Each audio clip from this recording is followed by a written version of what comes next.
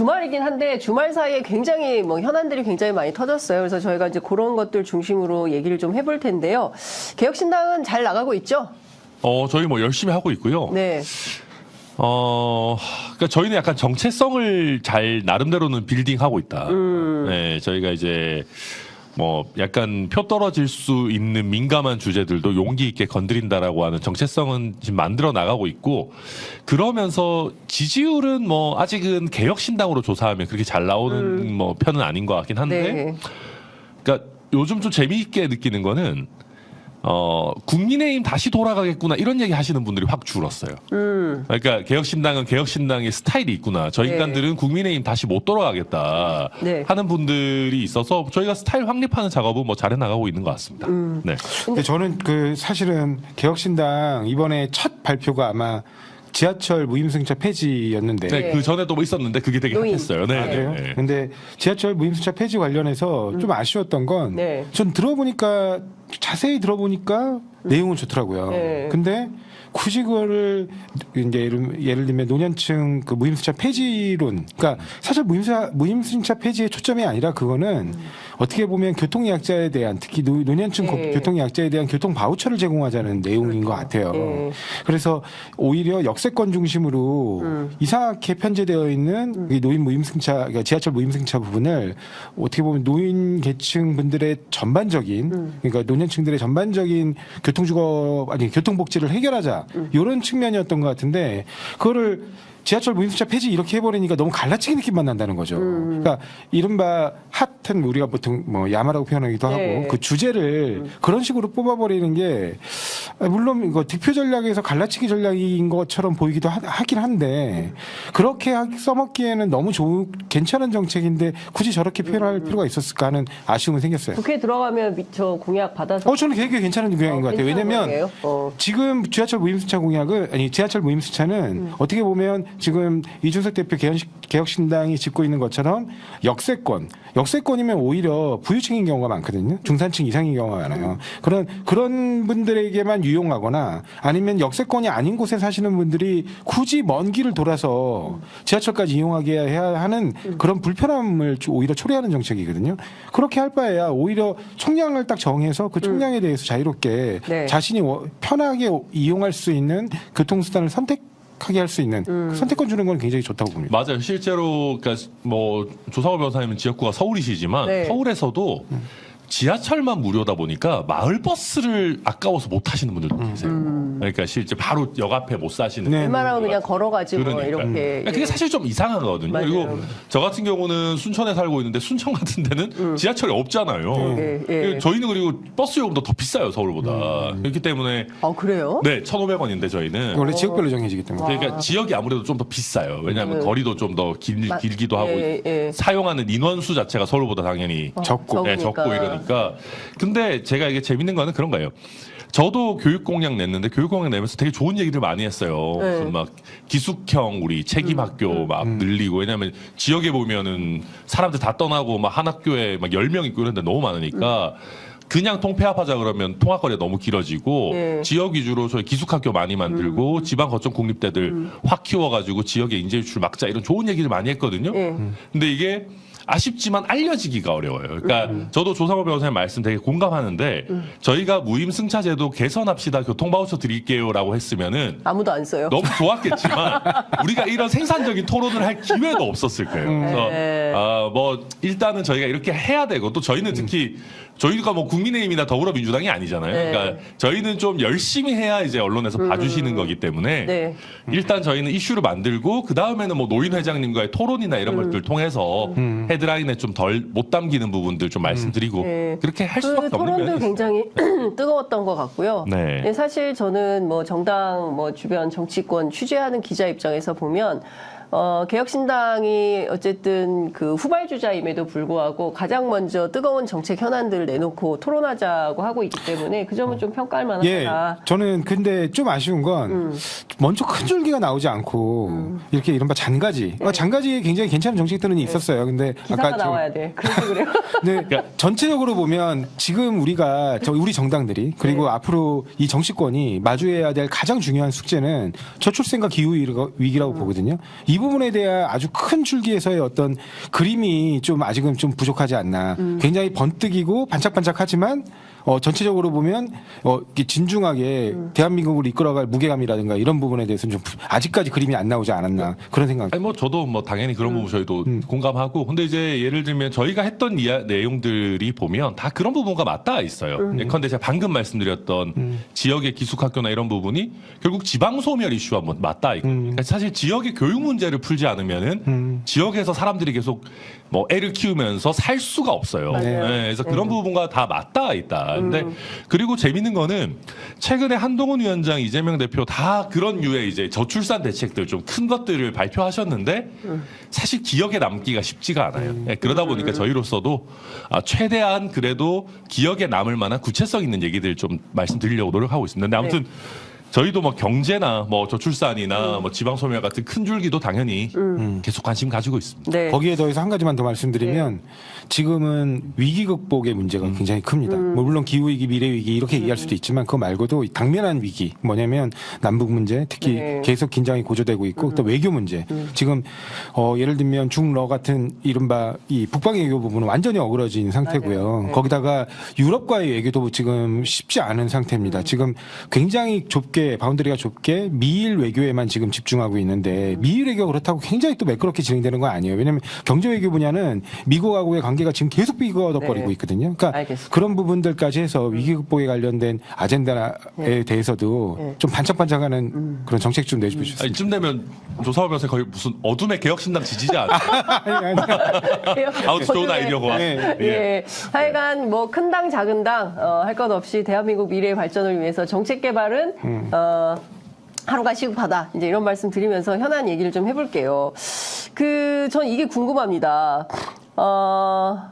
어떻게 되는 겁니까? 지금 그 개혁신당의 3지대 통합과 연대와 이런 건 어떻게 돌아가는 거예요? 그러니까 기본적으로 원래 조홍천 의원하고 이원욱 의원이 그 이낙연 대표가 이끄는 신당에 결합할 예정으로 합류할 예정인 것으로 알려졌는데 그게 아닌 상황으로 돼서 많은 언론들이 아마도 이 두 분은 개혁신당으로 가려고 하지 않을까라는 전망이 나오고 있는데 실제 그런 일이 있습니까? 글쎄요, 그거는 이제 저희가 지금 뭐 말씀드리기 좀 이른 단계인 것 같고요. 사실 이게 이제 저도 말씀드리기 조심스러운 게 방금 이준석 대표도 되게 그런 얘기 했더라고요. 그러니까 이낙연 대표님이 하시는 새로운 미래 쪽하고 네.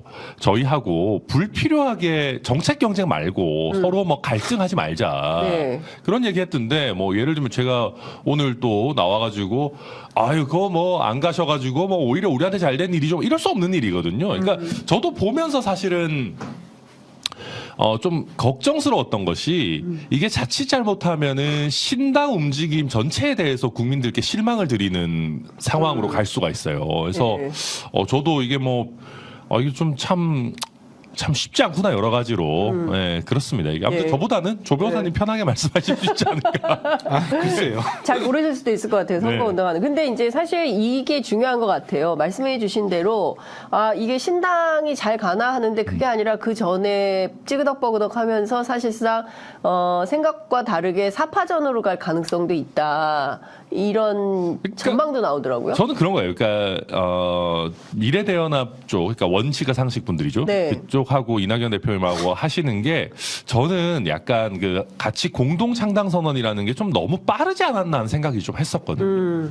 그러니까 이게 뭐 왜 저희도 맨날 그런 얘기 듣죠. 너희도 뭐 묻지도 따지지도 않고 뭐 다 같이 뭉쳐야지 뭘 왜 뭐 자강의 길을 가냐 이러시는 분들이 있는데 네. 사실 우리가 뭐 결혼을 하려 그래도 각자 어떤 생각 갖고 있고 어떤 계획을 갖고 있는지에 대해서 좀 커뮤니케이션이 돼야 되잖아요. 근데 저는 아무튼 이번 이 상황들을 보면서 같은 당에서 나오신 분들도 이게 사실 어쨌든 쉽지 않다. 네. 그리고 같은 당에서 나왔다라는 이유만으로 어찌 보면은 약간 너무 쉽게 생각하셨던 거 아닌가? 그래서 저희는 뭐 조금 시간은 걸릴 수 있더라도 충분히 대화하고 그러니까 합치겠습니다라고 해놓고 또 이런 일이 생기면 안 되는 거잖아요. 네. 그래서 저희는 그런 면에서 굉장히 좀 신중하게 해야겠다 생각 더 많이 해요. 그렇구나. 네. 근데 그 지난주 갤럽 여론조사를 보면 호남, 그러니까 광주 전남 지역에서는 이준석 대표 지지율이 2, 그다음에 이낙연 대표가 이끄는 그 새로운 미래가 5%, 그리고 대구 TK 지역에서는 이준석 대표의 그 개혁신당이 7, 그다음에 이낙연 대표가 이끄는 새로운 미래가 2%, 그리고 중도의 경우에는 이준석 대표가 7, 그다음에 이낙연 대표가 이끄는 신당이 4, 이렇게 나오거든요. 이 여론 지표에 대해서는 좀 어떻게 분석하고 계세요? 저희가 이제 갤럽이라서 되게 중요하게 잘 보고 있고 네. 확실히 이게 당 인지도 높여야겠다 생각하고 있는데 저희가 다른 조사들을 보면 둘 다 이제 이거는 이제 하나는 개혁신당, 하나는 이낙연 신당으로 조사된 결과거든요. 맞아요.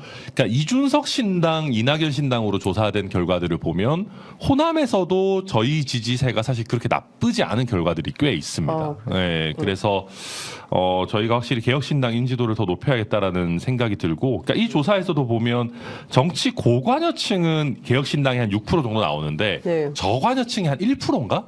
밖에 안 나와서 저희 인지도 제고의 문제가 사실은 굉장히 심각하다. 그리고 또 나아가가지고는 그러니까 우리 국민들께서 그렇잖아요.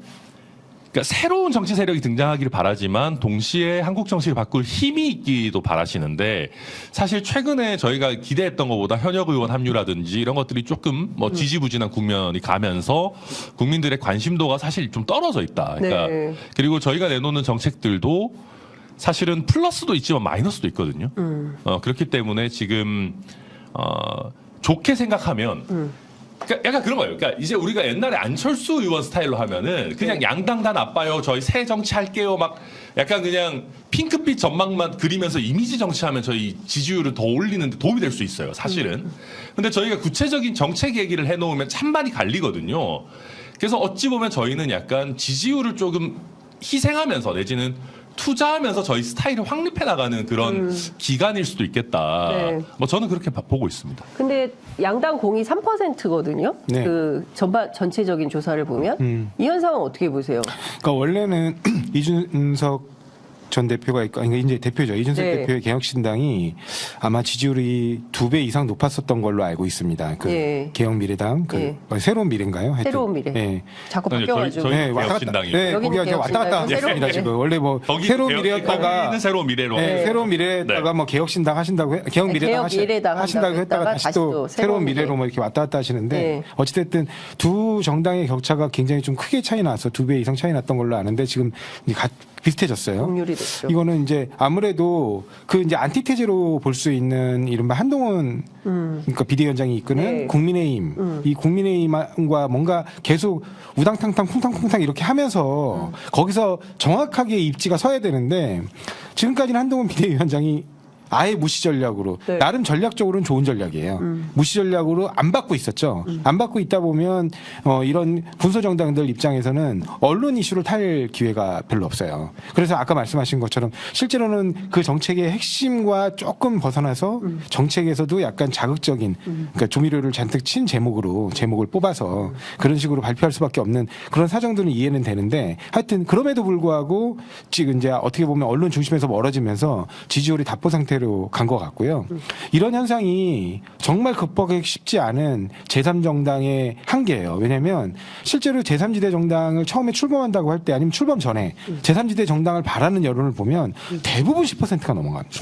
언제나 그랬어요. 네. 그 20%에 육박해요. 근데 실제로 정당을 창당을 하고 나중에 실제로 심지어 투표에까지 들어가면 급격히 줄어듭니다.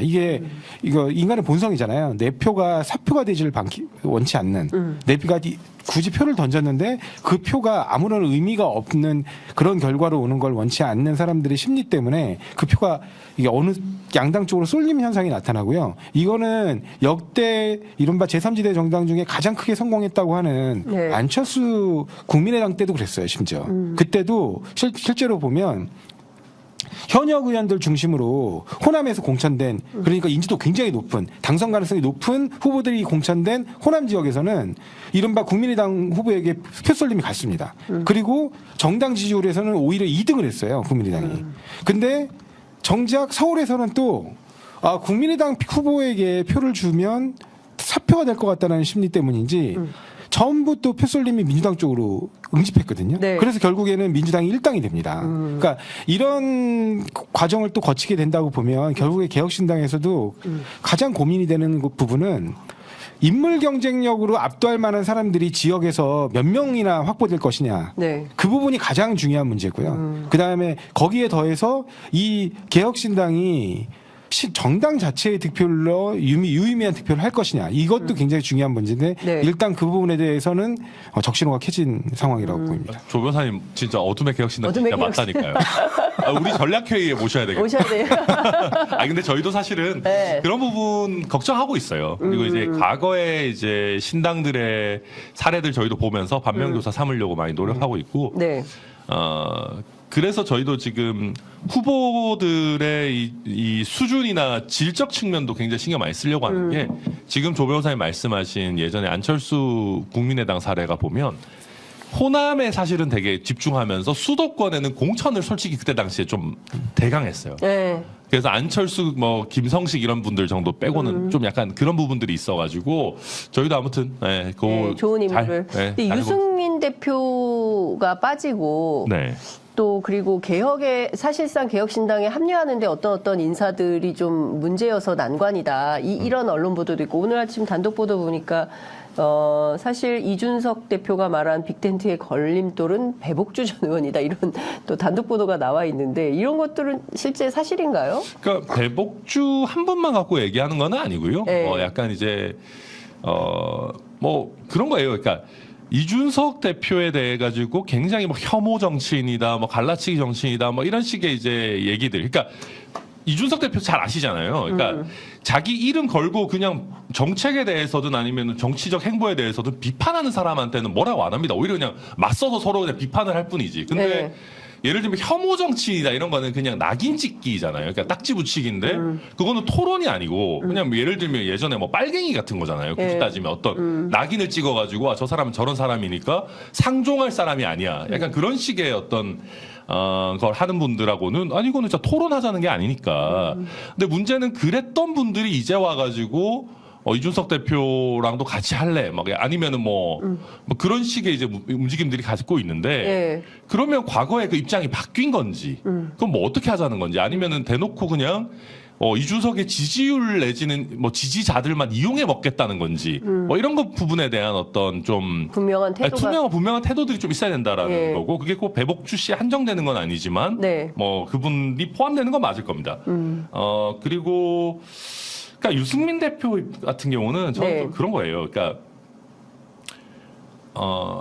저희의 바램과 다르게 저희는 유승민 대표님은 어디 가서 뭘 하시든 개혁 보수시고 네. 그분이 한국 정치 기여하신 게 많기 때문에 저희한테 안 오셨다고 해서 삐지거나 막 뭐 비판하거나 이럴 게 아니에요. 저희는 유승민 대표님 뭘 하시든 존중하고 응원하고. 네. 근데 이제 좀 기분이 안 좋은 거는 유승민 대표님이 이런 꼴을 당하셔야 되는 분인가? 막 무슨 장해찬 같은 사람이 튀어나와가지고 뭐 무슨 공천이라도 뭐라도 하나 해주려면은 뭐 더 적극적으로 당에 희생하는 태도를 보여라. 뭐 팔짱 끼지 말고 뭐 나와서 먼저 뛰어라는 식으로 유승민 대표한테 무슨 조언을 빙자한 협박 같은 걸 하고 있더라고요. 그래서 제가 그거 보면서는 정말 기분이 안 좋았어요. 예.